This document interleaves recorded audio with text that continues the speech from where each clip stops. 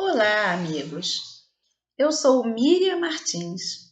Estamos aqui reunidos mais uma vez para nós estudarmos o livro O Evangelho segundo o Espiritismo, que é a terceira grande obra de Allan Kardec e que focaliza os ensinamentos morais do Cristo. Hoje nós estudaremos uma parte desta obra, que é o capítulo 16, que tem os itens de 1 a 15 e que são intitulados Não se pode servir a Deus e a Mamon. Nós comentamos inicialmente que o codificador Allan Kardec inicia este capítulo fazendo transcrições dos versículos de São Lucas, de São Mateus e de São Marcos. A partir das suas interpretações dos versículos citados, é que nós iniciaremos o estudo de hoje, objetivando entendermos com mais facilidade a essência moral dos ensinos de Jesus. Naquela época, a palavra mamon significava tudo o que estava ao alcance de objetivos imediatos, do ponto de vista material ou do ponto de vista econômico. E assim, com base nesta premissa, nós analisaremos a diferença entre administrarmos as nossas vidas a partir destes mesmos interesses, em detrimento de investirmos as nossas ações nos verdadeiros objetivos que nos tornarão espíritos melhores, em percebermos o grande número de indivíduos que priorizam muito as questões de ordem financeira e econômica, também em detrimento às questões morais. E quando refletirmos sobre as nossas ações, muitas vezes nos percebemos dentre estes indivíduos. Fazendo então a leitura do item 1, constante sobre o tema Salvação dos Ricos, comentamos que o codificador Allan Kardec selecionou do capítulo 16 o seguinte versículo de número 13. Ninguém pode servir a dois senhores, porque ou odiará um e amará o outro, ou se afeiçoará a um e desprezará o outro. Não se pode servir a Deus e a Mamon, sendo importante aqui ressaltar que esta frase de Lucas inspirou o codificador Allan Kardec a denominar este capítulo que ora nós estudamos.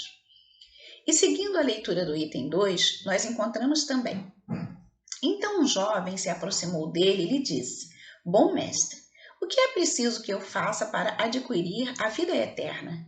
Jesus lhe respondeu: Por que me chamais bom? Só Deus é bom. Se quereis entrar na vida, guardais os mandamentos. Quais mandamentos? Então Jesus lhe disse: Não matarás, não cometereis adultério, não furtareis, não direis falso testemunho, honrai a vosso pai e a vossa mãe e amai o vosso próximo como a vós mesmo. O jovem lhe respondeu então: Mestre, tenho guardado todos esses ensinamentos desde a minha juventude. Que me falta ainda? Jesus lhe disse: Se quereis ser perfeito, ide, vendei o que tendes e dai-o aos pobres, e tereis um tesouro no céu. Depois vinde e me segue. O jovem, ouvindo estas palavras, foi-se embora muito triste, porque tinha grandes bens. E Jesus disse aos seus discípulos: Em verdade vos digo que é bem difícil que um rico entre no reino dos céus. Digo-vos ainda uma vez: é mais fácil um camelo passar pelo buraco de uma agulha do que um rico entrar no reino dos céus. Vamos agora observar que esta figura de linguagem que ressalta que é mais fácil um camelo passar pelo buraco de uma agulha não se refere a uma agulha tal qual como nós conhecemos hoje. Isso resulta em sabermos que em hebreu a mesma palavra que à época se empregava para designar camelo também servia para designar cabo. Então, a partir do registro destes versículos, nós observamos que Allan Kardec buscou nos mostrar que a riqueza tem um papel importante, mas que nós devemos nos acautelar para que ela não nos torne egoístas ou também não nos torne avarentos. Então, nós podemos passar a ser egoístas e avarentos, ou egoísta ou avarentos, limitando o nosso pensar ou as nossas possibilidades de ajudar ao nosso próximo, ajudando assim na formação de um contexto social bem desigual. Então, nós podemos observar, mais uma vez, ainda hoje, que a concentração das riquezas está entre poucos, estando aí a origem da desigualdade social. Então, esses versículos deixam claro que ou temos um compromisso com Deus ou estaremos realizando o culto à riqueza e às questões que são essencialmente materiais. O codificador Allan Kardec, neste estudo, ele chama a nossa atenção para que nós tenhamos muito cuidado para com a essência moral, ressaltando aqui que essa essência moral é tudo que se refere ao espírito e que moral significa também agir de acordo com os bons costumes. Bem, se pode concluir sobre a necessidade de se fazer um bom uso da riqueza, não apenas para nós, individualmente, mas inclusive no contexto social. Lembrando que nos disse Lucas, no capítulo 12, versículo 15, a saber: acautelai-vos e guardai-vos da avareza, porque a vida de cada um não consiste na abundância das coisas que possui. Então, nós ressaltamos que sobre a necessidade de nós darmos uma dimensão social à nossa riqueza, ou seja, darmos extensão, expandi-la até aqueles que estão conosco a caminho na sociedade e no nosso relacionamento, no relacionamento entre todos os indivíduos. Nós nascemos e não ficamos isolados e assim estaremos lançando uma luz que às vezes, mesmo sendo muito tênue e muito fraca, já será um fio de esperança ao nosso próximo. E eu desejo ainda comentar que aqui a título foi colocado um exemplo de bens materiais, né? Mas muitas vezes a nossa riqueza está numa condição de podermos conversar com uma pessoa, dar um apoio moral àquela pessoa, dar um abrigo àquela pessoa, dar um abraço àquela pessoa, dizer algumas palavras ou apenas dar um sorriso. E também a isso se torna a nossa riqueza. Que por que nós vamos nos limitar a ficarmos sisudos em determinados ambientes e não colaborarmos com um grupo? E assim, se nós agirmos com maneira a nos doar aquilo que nós temos. Nós não temos o dinheiro, mas nós temos amor, nós temos um sorriso, nós temos um abraço.